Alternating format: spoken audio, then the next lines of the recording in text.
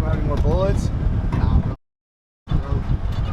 Dude, look what that 308 did to that pasture. It's not very, it's, you know, a bit not big it is. Yeah, I mean, it's good size. What is that? Oh, rabbit. Oh, look at that rabbit. He's like, hey, wait. Dang, dude, put him down. That's a big boar, bro. I mean, that's a good size boar.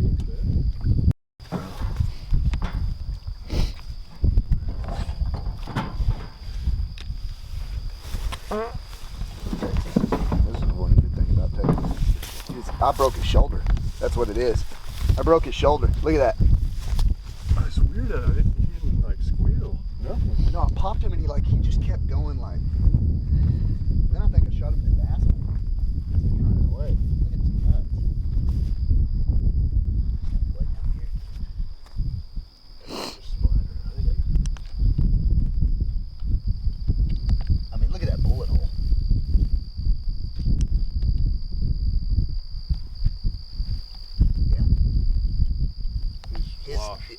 He's broken. Dude, his head, I've never seen a pig's head that big with a body normal size kind of. His head is huge.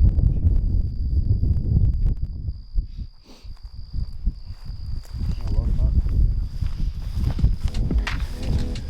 Oh my god!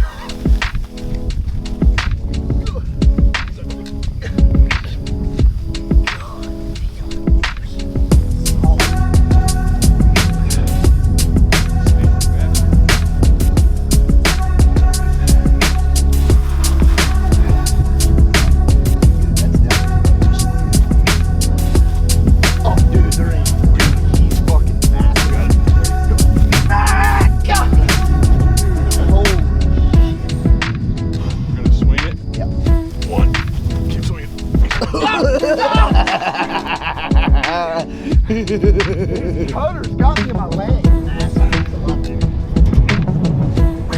You do?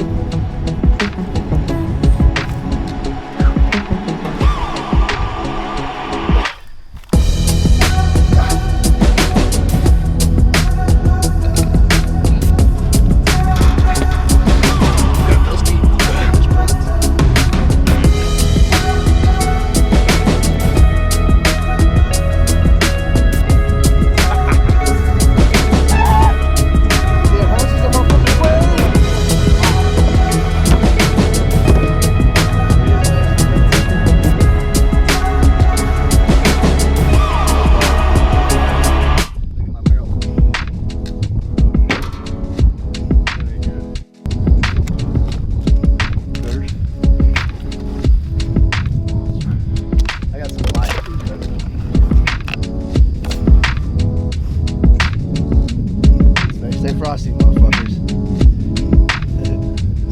There we go.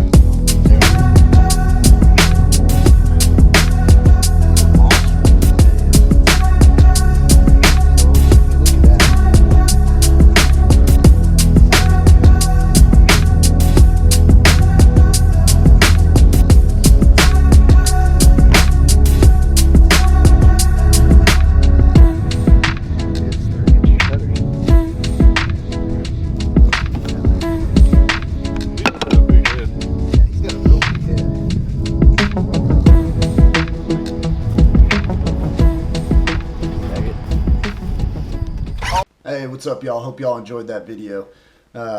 We were actually just out trying to roost some turkeys that night, and on our way back to camp, we decided to do a little bit of hog hunting. And my buddy Chris there has an actual thermal that goes on the top of his AR, and it came in pretty handy.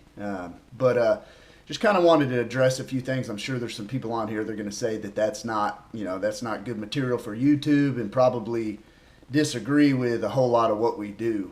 But I just wanted to jump on here and give you guys a few little facts about these feral hogs that we have running around here in Texas. I would say they are probably the most destructive invasive species in the United States. They actually were brought over here from the Caribbean, if I remember correctly. And the reason they started spreading is settlers kind of let them roam free, and they would bring them in when they needed them. But the problem with that was a lot of these pigs weren't ever recovered. When these settlers let them roam free, they ran off. They couldn't ever get them to come back in, and that's how the feral pig came to be today. Back in, I think, 2011, there was anywhere from 2 to 6 million hogs in 39 states, and half of those 2 to 6 million were in the state of Texas.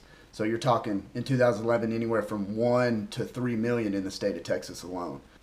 Now these pigs do over $4 million in damage annually.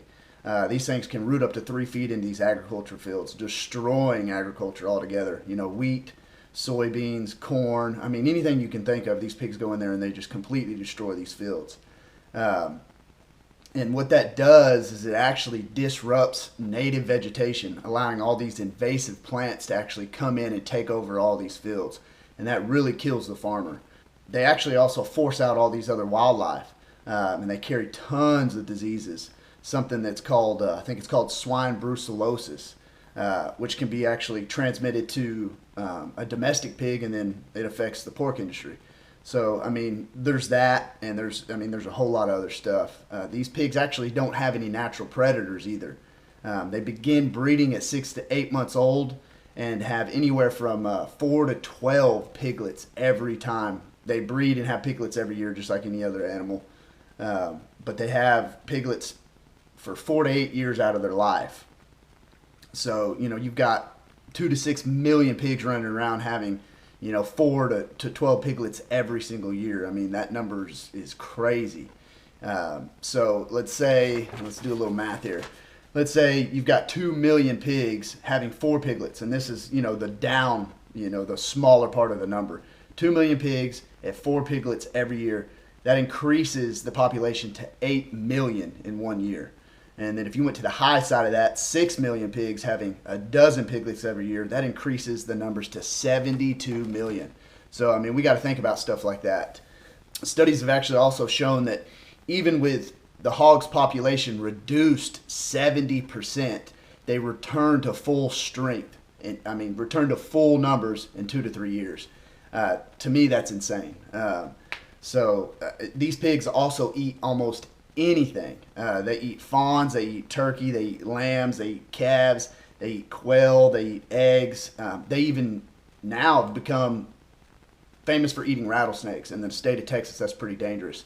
So these rattlesnakes now have been shown not to rattle, because when they rattle, they give up their location and these hogs actually eat them.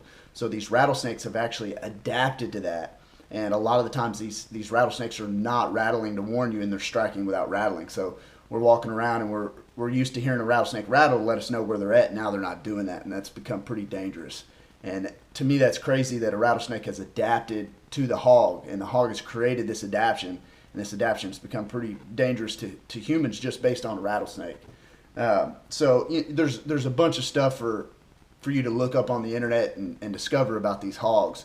So I don't want anybody to think we're just going out and shooting these hogs just for the fun of it. We're doing it to help out the agriculture, to help out, you know, landowners. And I mean, these pigs are actually going into suburban areas as well. So just wanted to throw out a few facts for you guys and let y'all know that, you know, we're not out just killing stuff to kill stuff.